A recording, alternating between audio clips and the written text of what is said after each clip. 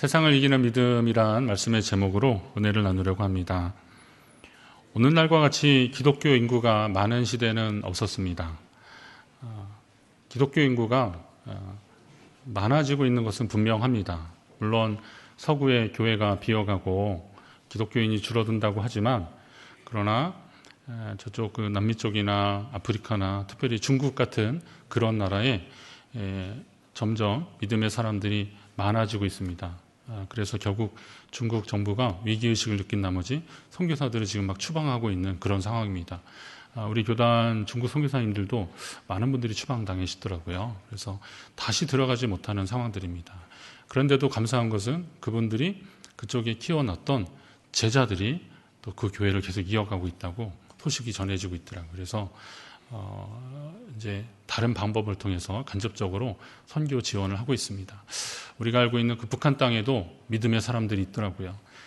제가 사역하던 때에 그 세터민, 그 탈북민 한 분이 오셨는데, 이분이 보니까 함경도 쪽의 분이었는데, 어느 날 학교에서 아이들한테 그 성경책, 그 빨간 성경책이잖아요. 이거 보여주면서 집에 이런 거 있는 사람들 가져오라고 막 이렇게 상 주는 것처럼, 그러니까 애들이 그냥 모르고 집에 있는 애들이 가져왔는데 그 집에 사람들을 다 끌어내가지고, 기독교인이라는 얘기잖아요. 성경책이었거든요. 이 사람들을 다 끌어서 한 30명 정도를 그냥 공개 총살을 시키고, 그리고 나머지 사람들은 그 요덕 그 수용소 있잖아요. 그리로 끌고 가고 그랬다는 겁니다. 그래서 그렇게 박해가 심하다는 거예요. 그런데 그때 제가 그 얘기를 들으면서 그 생명의 위협이 있는데도 어떻게 그렇게 믿는 사람들이 있구나. 이게 말씀의 능력이고 복음의 능력이구나. 아무리 박해하고 아무리 그 순교자가 나오는 그런 시대라도 오히려 그것으로 인해서 하나님의 사람들이 많아지고 있구나. 그렇기 때문에 저는 짐작컨대 아마도 유사일에 지금까지 기독교인이 이렇게 많은 적은 없을 것이다, 이런 생각이 드는 겁니다. 그런 근거로 말입니다. 하지만 또 이렇게 많은 것만큼이나 교회는 세상을 변화시킬 만큼의 영향력 있는 신실한 그리스도인들을 계속 배출해내야 이게 정상입니다. 하지만 지금 상황이 그렇지 못하더라고요. 또 그것이 많이 어려운 시대를 살고 있습니다. 기독교는 굉장히 위협받고 있습니다. 아랍권이나 미전도 종족이 살고 있는 그런 곳에는 기독교가 배척당하고 있고, 또 복음을 들고 나간 선교사들이 순교를 당하고 있고, 또 여러 가지 어려움들이 있습니다. 피지의 섬나라에서, 그리고 또 그쪽의 그 남태평양 섬에서 선교하는 어떤 선교사님 간증을 들어보니까 정말 목숨을 걸고 하지 않으면 안 되는 그런 상황들이 계속 있더라고요.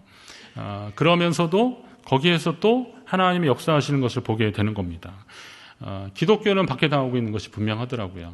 국내 상황은 또 어떻습니까?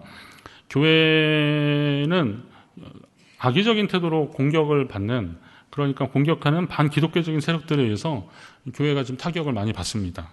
물론 교회가 잘못하고 있는 부분들이 분명히 있긴 있었어요. 또 지금도 그런 일들이 계속 나오긴 합니다.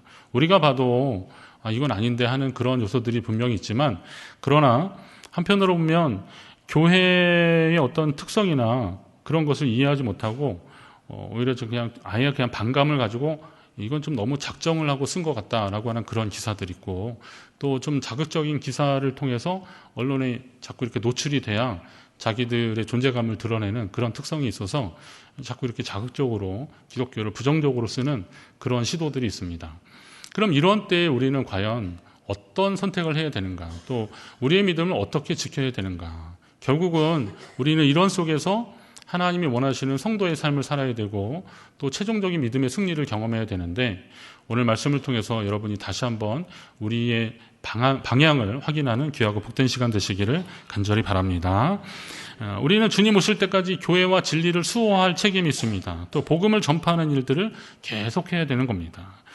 주님의 말씀이 우리의 힘이고 나아갈 방향이신데, 주님은 우리에게 용서하고 사랑하고 양보하고 그렇게 살라고 하셨는데, 이게 찢기고 상한 상처를 가지고 주님 앞에 서기를 원해서, 그래서 주님이 우리에게 용서하고 사랑하고 양보하고 그렇게 말씀하신 것은 아닐 거라 생각이 듭니다. 그건 뭐냐면, 우리가 복음을 전하는 도구로서, 전파자로서 우리가 복음에 거치는 일을 하면 안 되기 때문에 그래서 그들을 좀 포용적으로 품어주라라고 하는 것이지 우리가 그렇게 힘없고 나약하게 그렇게 상처투성이로 그렇게 주님 앞에 서기를 원해서 그렇게 주님이 우리에게 당부하신 것은 아닐 것이라는 거죠.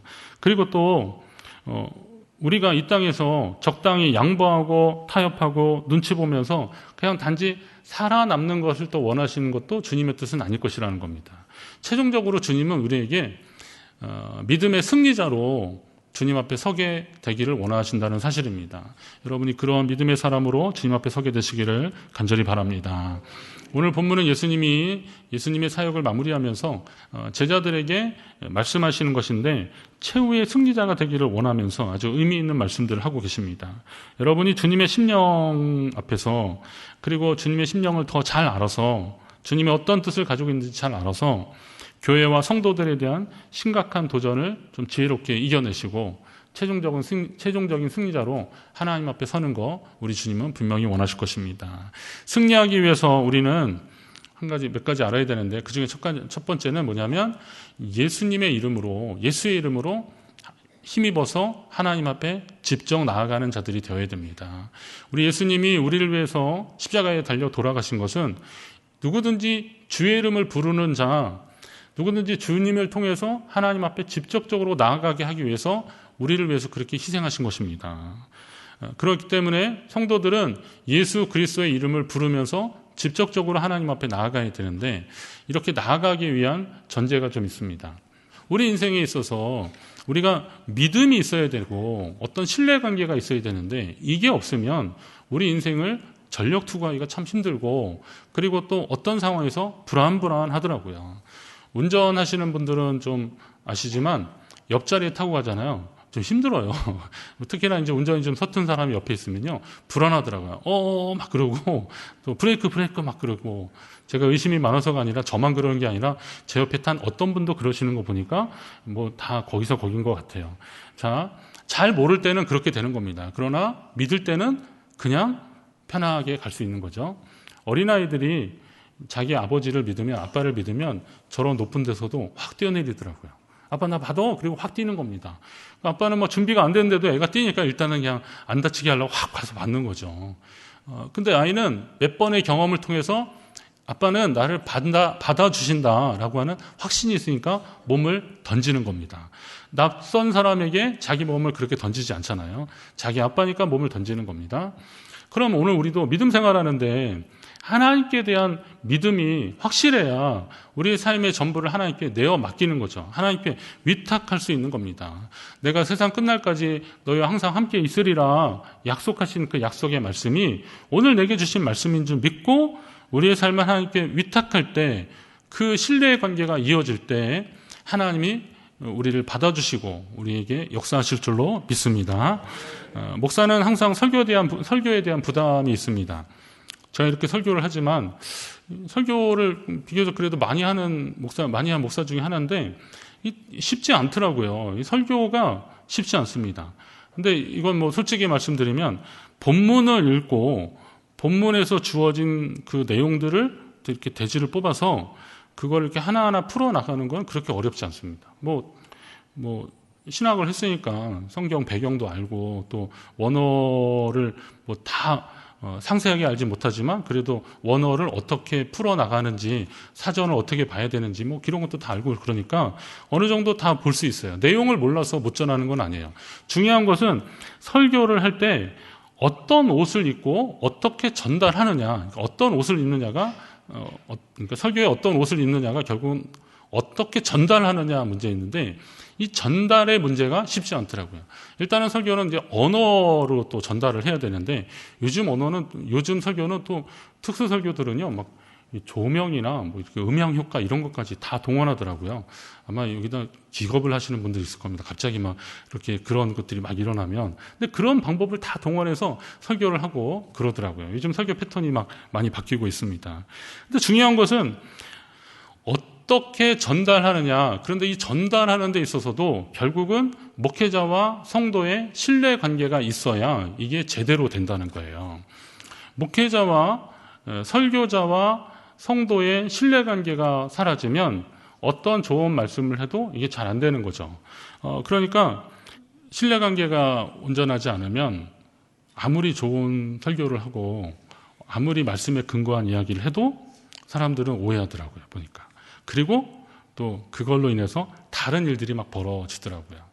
그렇다면 만약에 목사가 그런 것이 겁나서 그냥 이것 빼고 저것 빼고 수박 겉핥기 식으로 그게 말씀 그냥 평온하게 전하고 강대상 내려가면 저의 그 허전한 마음과 그리고 하나님이 이 시간을 우리에게 허락하신 이 소중한 이 성령의 역사의 시간들을 우리는 그냥 허비하는 것 아니겠습니까?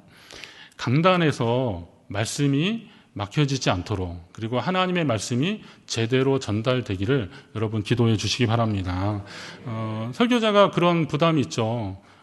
나의 의견을 얘기하면 안 되는 거죠. 하나님의 말씀을 전해야 된다는 부담이 있는 겁니다. 성도들도 강단에서 전해주는 하나님의 말씀이 오늘 성령께서 우리에게 주시는 감동이다라고 생각하시고 그 말씀을 잘 들어야 되는 겁니다. 그러려면 이런 신뢰관계가 참 필요합니다. 일부 예배 때는 우리 권사님들이 예배를 위한 기도를 해주시는데 오늘 권사님이 뭐 이렇게 기도하시다가 우리 목사님 어떻게 뭐 하여튼 강건하게 하시고 뭐 이렇게 기도하는데요. 제가 우리 목사님 하는데 제가 마음이 짠하더라고요. 우리 목사님. 예. 오늘은 어느 권사님이 저한테 목사님 머리 숱이 점점 없어지는 것 같다고 큰일 났다고 힘내시라고 막 그러는 거예요. 그래서 제가 그걸 한번 다시 보고 그러는데 저는 하나님의 마음을 느꼈다니까요. 우리의 머리카락도 세시는 분.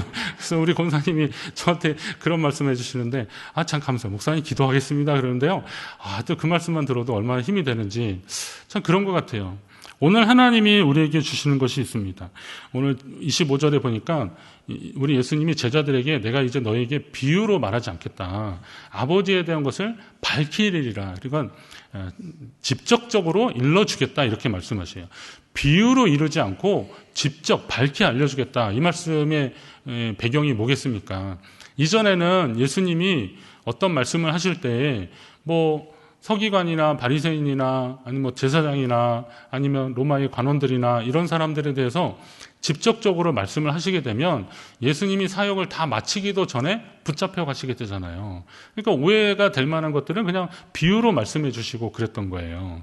그리고 또 그 말씀을 듣는 사람들 중에서 예수님을 또 고발하게 되면 또 다른 문제가 생기니까 그냥 귀 있는 자는 성령이 우리에게 주시는 말씀을 들을지어다, 성령이 주시는 말씀을 들을 것이다, 이렇게 하면서 비유에 대한 이야기들을 그렇게 하고 계시는데, 오늘 이 부분에서는 뭐라 그러냐면, 내가 이제 너에게 비유로 말하지 않고 아버지에 대한 것을 밝히 일러주겠다. 사실 이 이야기를 듣는 제자들은 정말 이렇게 감격해야 되는 상황입니다. 우리 주님이 우리를 믿고 하나님 아버지에 대한 말씀을 비유가 아닌 직접적으로 말씀하시는구나. 여러분, 누가 그 이야기할 때, 막 돌려 말하지 말고 그냥 본론만 얘기해. 내용만 얘기해. 막 이러잖아요. 그리고 듣고 싶어 하잖아요. 그냥 앞에 막 이런저런, 그 수식어 다 빼고 좀 본론만 듣고 싶은 것은 그 사람과 나와의 관계가 그만큼 깊어졌다라는 것이죠. 그러면 우리 주님이 그렇게 말씀하시고 제자들에게 그렇게 하시는 것은 이제 너희가 하나님 앞에 나아가라는 거예요. 그 27절에도 보면 어떤 말씀을 하냐면 너희가 나를 사랑하고 내가 하나님께로부터 온 줄을 너희가 믿었기 때문에 아버지께서 친히 너희를 사랑하심이라. 주님이 어떤 분인지를 제자들이 바로 알았기 때문에 예수님도 제자들에게 밝히 그냥 직접적으로 말씀하시는 거고, 제자들도 그런 마음을 가지고 하나님 앞에 우리 주님을 힘입어서 바로 나아가는 자들이 되라는 거예요. 오늘 성도들이 예수 그리스도를 통해서 하나님께 직접 나아가라는 거예요. 물론 이 목사나 이런 설교자들을 통해서 어떤 인도함을 받을 수는 있어요. 어떤 가이드라인을 받을 수는 있지만, 그러나 궁극적으로 성도들은 하나님의 말씀 앞에 직접적으로 나아가야 되는 거죠. 이렇게 인도함을 받아서 하나님 앞에 자기 스스로 나아가는 자들이 되어야 하나님을 온전히 경험하고 하나님의 은혜로 살 수 있는 것입니다. 여러분이 직접 영혼의 깊은 곳까지 만지시는 그 하나님의 손길을 경험하게 되시기를 간절히 바랍니다. 그리고 우리가 이 땅의 세상에서 승리해야 되는데, 승리의 요소 중에서 환난을 만나도 담대하라는 겁니다. 한번 따라합니다. 환난을 만나도 담대하라. 예수님이 제자들에게 말씀하시는 이유는 그들이 곧 환난을 만날 것이기 때문에 그렇게 말씀하시거든요. 근데 이 환난이라고 하는 헬라어 단어가 들립시스라는 말인데, 이 들립시스라는 말이 뜻이 뭐냐면 이게 억압, 근심, 괴로움, 고난 이런 것들을 이제 들립시스라 그러는 겁니다. 근데 여러분 잘 들어보시면, 아니 우리 살면서 괴로움, 근심, 고난 이런 거 다 많지 않습니까? 그런데 주님이 이런 거 만날 때 담대하라 라고 하는 것도 맞지만, 그러나 예수님은 아주 이 소중한 시간에 그들에게 그냥 단지 그런 일 만날 때 담대하라 이런 정도로 말하신 것이 아니라, 믿음의 관점에서 보면 믿음으로 살다가 만나는 환난 앞에서 너희가 담대하라 라고 말씀하시는 겁니다. 신앙생활하다 만나는 어려움 앞에서 너희가 더 담대하라 라는 거예요. 여러분의 인생 가운데 예수 그리스도를 주로 영접하고 살아가는 가운데서 만나는 어려움 앞에서 더 담대하시기를 바랍니다. 하나님은 그 환난으로, 그 문제를 통해서 우리에게 몇 가지 원하시는 것들이 있는데, 그 첫 번째는 뭐냐면 그 문제들을 우리에게, 그 문제들을 통해서 하나님은 종종 우리의 방향을 바꿔주시더라고요. 왼쪽으로 가다 막히면 오른쪽으로, 그러니까 이쪽이 저한테는 이제 오른쪽인데, 오른쪽으로 가다 막히면 방향을 바꾸게 되잖아요. 이쪽으로 가다 또 막히면 또 바꾸게 되잖아요. 그러면서 우리의 방향이 점점 바뀌는 거예요. 어디로 가라고? 하나님을 향하라고, 우리 주님을 향하라고 방향을 바꿔주시는 것입니다. 그런 과정 속에서 우리는 하나님 앞에 나아가는 겁니다. 그리고 또 우리는 문제를 통해서 하나님이 우리를 관찰하시더라고요. 티백이 요즘 차가 이제 티백 형태로 많이 나오잖아요. 여러분 그거 이렇게 딱 보시면 아시나요? 뭐 녹차, 뭐 홍차, 그리고 뭐 이런 그 율무차 뭐 이런 거 있잖아요. 이거 아세요? 딱 보시고? 전 잘 모르겠더라고요. 요즘은 커피도 이제 이렇게 티백으로 나오더라고요. 자, 그러면 어떻게 하셔야 돼요? 이거를 뜨거운 물에 이렇게 딱 담궈보면 그 안에 있는 것들이 이렇게 팍 퍼져 나오는 겁니다. 그러면 이게 녹차인지 뭐 홍차인지 뭐 무슨 차인지 이렇게 알게 되는 거죠. 환난도 어쩌면 우리 인생이 그런 것 같은 거죠. 겉으로 보기엔 잘 몰라요. 그냥 이렇게 메말라 있으면 잘 모르는데, 이거를 고난에 담그니까 거기에서 우러나오는 것이 있더라고요. 여러분 인생에 있어서 그런 어려운 문제를 만났을 때 어떤 것들이 우러나옵니까? 생각을 해보시라 이거죠. 예수 잘 믿는 것 같고 괜찮았는데 어려움 만나니까 그 사람에게서 어떤 것들이 나오는지를 한번 보셔야 되는 거죠. 이왕이면 여러분 안에서 믿음이 우러나오시기를 주의 이름으로 축원합니다. 어려움 만났을 때 기도가 우러나오기를 주의 이름으로 축원합니다. 그렇게 하셔야 돼요. 하나님은 그것 때문에 문제 가운데서도 우리를 관찰하시는 것입니다. 또 주님은 이 문제를 통해서 우리를 보호하시더라고요. 문제를 만날 때 하나님은 우리를 보호하시고 인도하시는 거예요. 만약 어떤 문제가 좀 더 심각한 다른 문제 때문에 상처받는 것을 막아준다면 그것은 보이지 않는 하나님의 은총이 되는 거죠. 그러니까 어떤 상황에서 이것 때문에 가로막혀서 더 가지 않았는데 만약에 더 갔으면 더 큰일 나는 일들이 있다는 거죠. 어떤 분이 그 직장에 다녔는데 그의 사장이 시키는 어떤 불법적인 행위를 하지 않는다는 것 때문에 회사에서 해고를 당했답니다. 그의 실직은 분명 불행한 일이었지만, 그러나 1년 후에 그 어떤 비리를 통해서 그가 다니던 회사가 비리를 통해서 운영됐다는 것이 이제 밝혀지면서 거기에 있는 사람들이 다 이제 법적인 조치를, 심판을 받게 되는 그런 상황이 됐는데, 생각해 보니까 그때 내가 잘린 게, 그때 해고된 게 하나님의 은혜였구나, 이런 생각이 들더라는 거죠. 당신은 아니 왜 내가 말씀대로 정직하게 사는데 왜 하나님은 이런 일을 나한테 주실까 라고 좀 섭섭하고 이해 안 되고 막 그럴 수도 있지만, 결국은 더 큰 일을 만나기 전에 하나님이 나를 보호하셨음을 알게 된다는 것이죠. 그렇다면 문제 가운데 하나님의 뜻이 어디 있는지를 바로 알고 나를 보호하시고 인도하시는 하나님을 경험해야 되는 겁니다. 로마서 5장에 보니까 다만 이뿐 아니라 우리가 환난 중에도 즐거워하나니 이는 환난은 인내를, 인내는 연단을, 연단은 소망을 이룬다 그랬습니다. 그 속에서 환난 가운데서 인내가 생기고 인내를 통해서 연단은 소망을 이루는 그런 하나님의 더 귀한 선물들이 우리 앞에 놓여져 있다는 거예요. 그렇다면 우리가 만나는 환난 가운데 담대해야 되는 이유가 분명합니다. 사랑하는 성도 여러분, 여러분이 만나는 그 어려움을 믿음 안에서 만나는 어려움들, 두려워하거나 근심하느라 하나님이 허락하신 성장과 성숙의 기회를 놓치지 마시고 끝까지 붙잡으시기를 주의 이름으로 축원합니다. 마지막으로 우리가 이 영적 싸움에서 승리하기 위해서는 정말 잊지 말아야 되는 것은 뭐냐면 우리 주님이 승리하셨다는 사실입니다. 한번 따라합니다. 우리 주님이 승리하셨다. 우리 예수님이 승리하셨어요. 우리 주님이 승리하셨어요. 할렐루야. 그 요한복음 16장 33절에 보니까 우리 읽은 본문에 세상에서 쭉 나오면서 세상에서는 너희가 환난을 당하나 담대하라 그러시면서 내가 세상을 이기었노라 그렇게 말씀하십니다. 내가 세상을 이기었노라. 이 말씀을 이렇게 우리가 이제 당연하게 생각하고 있는데요. 예수님이 이 말씀하신 시점을 잘 생각해 보시면 예수님이 사실 이렇게 말씀하실 때는 아니에요. 왜냐하면 이제 예수님은 붙잡혀 가셔야 되거든요. 그리고 죽임 당하시잖아요. 아직 부활하시고 승천하시는 일도 없는 상황이에요. 그런데 예수님은 그냥 담대하게 내가 세상을 이겼다 이렇게 말씀하시더라고요. 이게 왜 그럴까? 시제로 보면 이겼다는 과거형인데 그렇게 됐다라고 말씀하시더라고요. 이건 어떤 의미일까? 제가 말씀을 묵상하는데 그 생각이 나더라고요. 저도 예전에 막 싸울 때 그랬는데 이제 애들이 막 다투다가 너 이제 죽었어 이러더라고요. 너 이제 죽었어. 죽었어요, 안 죽었어요? 내가 이겼어요, 안 이겼어요? 아직 안 이겼잖아요. 그런데 너보고 넌 이제 죽었어. 너 이제 끝났어. 예. 아주 단호하게 얘기하는 겁니다. 확신에 차서 얘기하는 거예요. 끝났어. 예. 과거형으로 얘기하는 건 내가 세상을 이겼노라. 주님이 그렇게 말씀하시는 것은 주님을 따르는 제자들에게 이 사실이 확실한 것이고 이 승리가 보장된 것이라는 것을 말씀해 주시는 내용들이라는 겁니다. 그렇다면 오늘 우리의 승리를 의심할 필요가 없다는 것이죠. 우리 주님이 그렇게 말씀하셨고 친히 그렇게 이기셨잖아요. 죄와 사망에서 부활하셨잖아요. 그렇다면 그것을 본 증인들이 그 기록들이 그 증언들이 오늘 우리에게 와서 오늘 우리가 예수 믿는 사람들이 되었잖아요. 그럼 이것 말고 어떤 증거들이 더 필요하겠습니까? 그렇다면 분명 하나님은 그렇게 하신 것이죠. 그런데 우리는 자꾸 나약해지는 걸까요? 왜 우리는 시험이나 환난으로 어쩔 줄 몰라하고 방황하고 있을까요?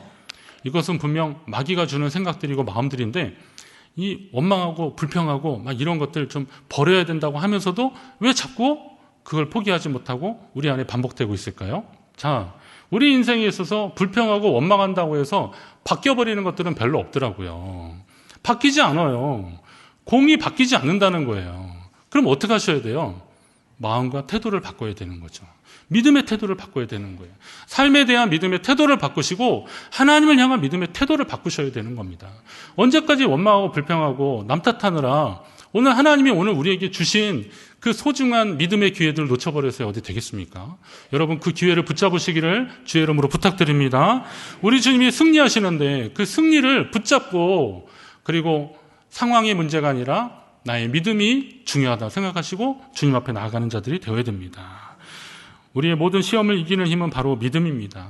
믿음을 수치로 표현할 수는 없지만 분명한 것은 믿음은 뭐냐면 그리스도의 말씀을 들음에서 난다라고 성경은 분명히 말하고 있어요. 믿음은 그리스도의 말씀을 들음에서 난다. 이게 로마서 10장 말씀인데요. 이걸 잘 보시면 우리가 세상을 이기는 믿음이 말씀에서 나온다라는 거예요. 그럼 말씀은 뭘까? 마트에 가셔서 우유를 사신다 그런다면 어떤 우유 사세요? 유통기간? 특정 상표 말하지 말고 유통기한 많이 남은 우유 사는 겁니다. 그 말은 다시 말하면 가장 최근에 만들었다는 거예요. 싱싱하고 갓 만들어낸 그런 우유를 선호하는 겁니다. 그러면 우유는 갓 만들어낸 우유를 선호하는데 왜 하나님의 말씀만큼은 아주 옛날 거, 아주 군내나는 그런 거 가지고 평생을 사시려고 하냐 이거죠. 어떻게 하셔야 돼요? 오늘 말씀 읽으셔야 돼요. 오늘 하나님의 말씀을 가까이 하셔야 돼요. 그 말씀이 여러분을 살리게 하고 이기게 할 줄로 믿습니다. 그 말씀의 사람 되셔서 주님 안에서 승리하는 저와 여러분 되시기를 간절히 바랍니다.